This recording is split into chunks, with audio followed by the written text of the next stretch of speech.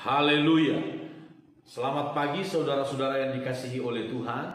Kita bersyukur kepada Tuhan kita boleh berada di akhir pekan ini. Terpujilah nama Tuhan. Mari sama-sama kita kembali merenungkan firman Tuhan di dalam kitab 2 Petrus pasal 1 ayat yang kelima, masih dalam tema tentang mengisi kemerdekaan. Justru karena itu kamu harus dengan sungguh-sungguh berusaha untuk menambahkan kepada imanmu kebajikan, dan kepada kebajikan pengetahuan, dan kepada pengetahuan penguasaan diri, kepada penguasaan diri ketekunan, dan kepada ketekunan kesalehan. Saudara-saudara yang dikasihi oleh Tuhan, kita harus mengisi kemerdekaan rohani kita, penebusan Kristus bagi kita, saudara-saudara, dengan kebajikan, dengan pengetahuan, dan juga dengan penguasaan diri kita. Penguasaan diri. Saudara-saudara, firman Tuhan berkata dalam kitab Galatia pasal 5 ayat 22 sampai 23, penguasaan diri juga merupakan salah satu bentuk daripada buah yang dikerjakan oleh Roh Kudus. Sesuatu yang dihasilkan oleh Roh Kudus. Ketika kita tunduk kepada firman Tuhan, ketika kita tunduk kepada pimpinan Roh Kudus, maka salah satu hasil yang akan muncul dari diri kita adalah adanya penguasaan diri. Penguasaan diri ini begitu penting, saudara-saudara. Paulus berkata di dalam kitab Roma pasal 12 ayat 3, saudara-saudara, biarlah kita berpikir sedemikian rupa menurut ukuran iman, menguasai diri menurut ukuran iman. Jangan kita seperti orang yang mau pamer, saudara-saudara, seolah-olah iman kita hebat dan lain sebagainya, tetapi menguasai diri menurut ukuran iman. Jangan memikirkan hal-hal yang terlalu tinggi bagi kita, tapi justru firman Tuhan berkata, pikirkan hal-hal yang sederhana, pikirkan hal-hal yang berguna untuk sesuatu yang dapat kita jangkau pada saat ini. Jangan karena seolah-olah begitu hebat, merasa diri hebat, saudara-saudara, dan berkata dengan mengatasnamakan kesanggupan Tuhan, lalu memikirkan hal-hal yang begitu hebat. Akhirnya kita sendiri yang gagal, dan kita menjadi seolah-olah seringkali manusia menyalahkan Tuhan di sana. Firman Tuhan berkata, kuasai diri menurut ukuran iman. Roma pasal 12 ayat 3. Jadi kita melihat betapa penting kita memiliki penguasaan diri.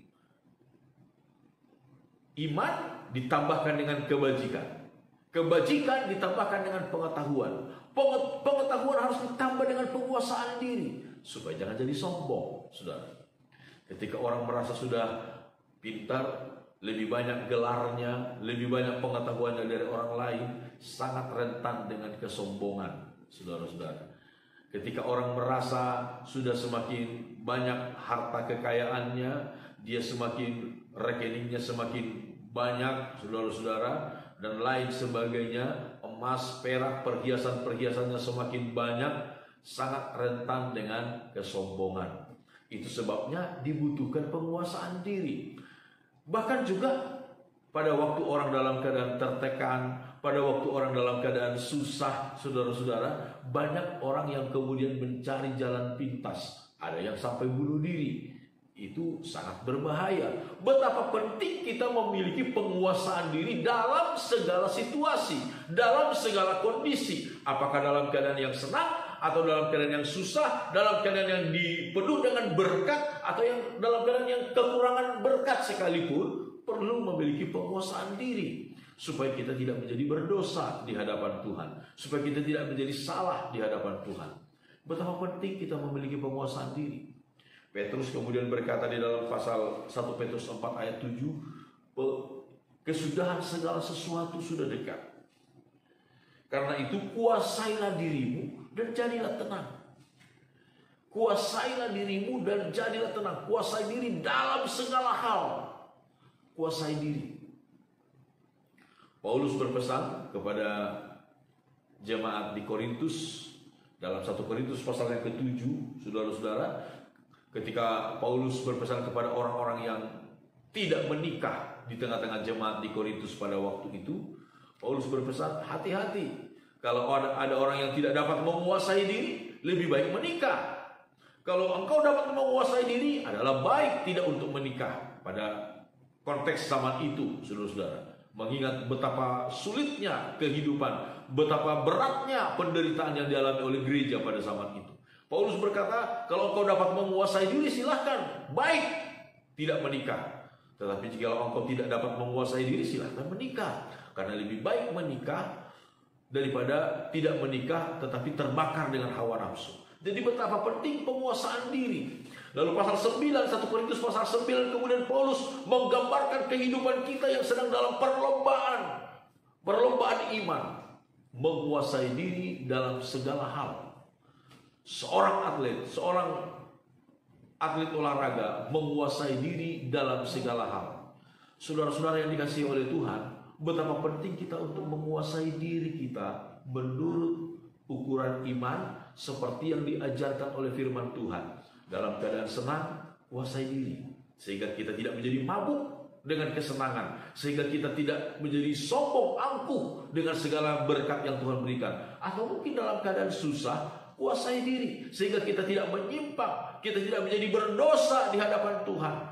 Salomo berkata dalam kitab Amsal, ada dua hal yang kuminta kepada Tuhan, jangan engkau biarkan aku menjadi miskin ataupun menjadi kaya, supaya kalau aku jadi miskin, aku mencuri, aku mempermalukan nama Tuhan. Supaya kalau aku menjadi kaya, aku menjadi angkuh dan berkata siapa Tuhan itu. Penting kita untuk menguasai diri dalam segala hal, itu intinya, saudara-saudara. Biarlah kita terus mau dipimpin oleh Roh Kudus dalam hidup kita, saudara-saudara. Roh Kudus memimpin kita untuk tunduk kepada firman Tuhan. Dan hasil yang akan kita lihat dari diri kita adalah adanya penguasaan diri. Adanya penguasaan diri dalam segala hal. Amin. Tuhan Yesus Kristus memberkati kita. Mari sama-sama kita berdoa. Bapa di sorga, segala pujian syukur kami naikkan kepadamu. Terima kasih Tuhan.